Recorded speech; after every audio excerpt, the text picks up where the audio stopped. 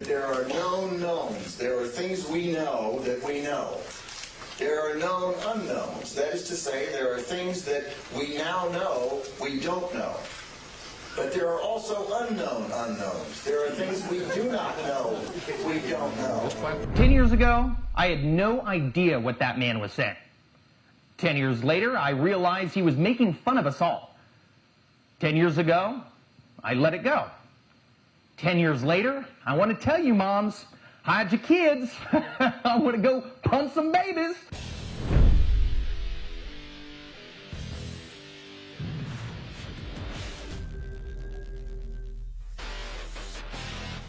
Welcome back to AMTV News. I'm your anchor, Topher Morris, and it's Tuesday, March 19th, 2013. And before I get to the Iraq 10-year anniversary, first up, trillions in offshore accounts. CNBC reports that according to the Tax Justice Network, at least $21 trillion in private financial wealth was owned by wealthy individuals through tax havens in 2010. And according to its director, John Christensen, right now wealth is cascading offshore, he said.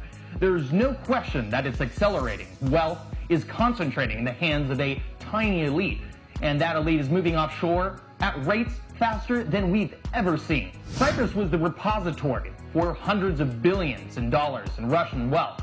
But all of that looks to be in jeopardy as an era of transparency, quote unquote, is flipping over mattresses worldwide looking for hidden funds in order to feed the appetites of central planners. Low and flat tax havens are reaping the benefits of foreign direct investment worldwide. Many places which do not necessarily subscribe to the central banking philosophies Western democracies claim. Watch closely as more of the EU's peripheries are gobbled up to serve their monetary overlord. Iraq, the $6 trillion war. Reuters reported last week that the war in Iraq has cost $1.7 trillion with an additional $490 billion in benefits owed to war veterans, expenses that could grow to more than $6 trillion over the next 4 decades, counting interest. And it is why some dark comics are referring to it as the $6 trillion neocon success story. It is no wonder with numbers like this and no official mea culpa why a rising cadre of libertarians are warning people not to look to the traditional GOP for leadership, real national security, or a way out of economic doldrums. Iraq is a testament that American exceptionalism means many things for some conservatives, namely shaping world events at any cost. But we have learned by now this endeavor can cost more than a nation's blood, treasure, and its credibility. But it signaled the death knell of the American mainstream media, who not only failed in vetting the pro-war rhetoric, but was arguably complicit and crucial to selling the war itself.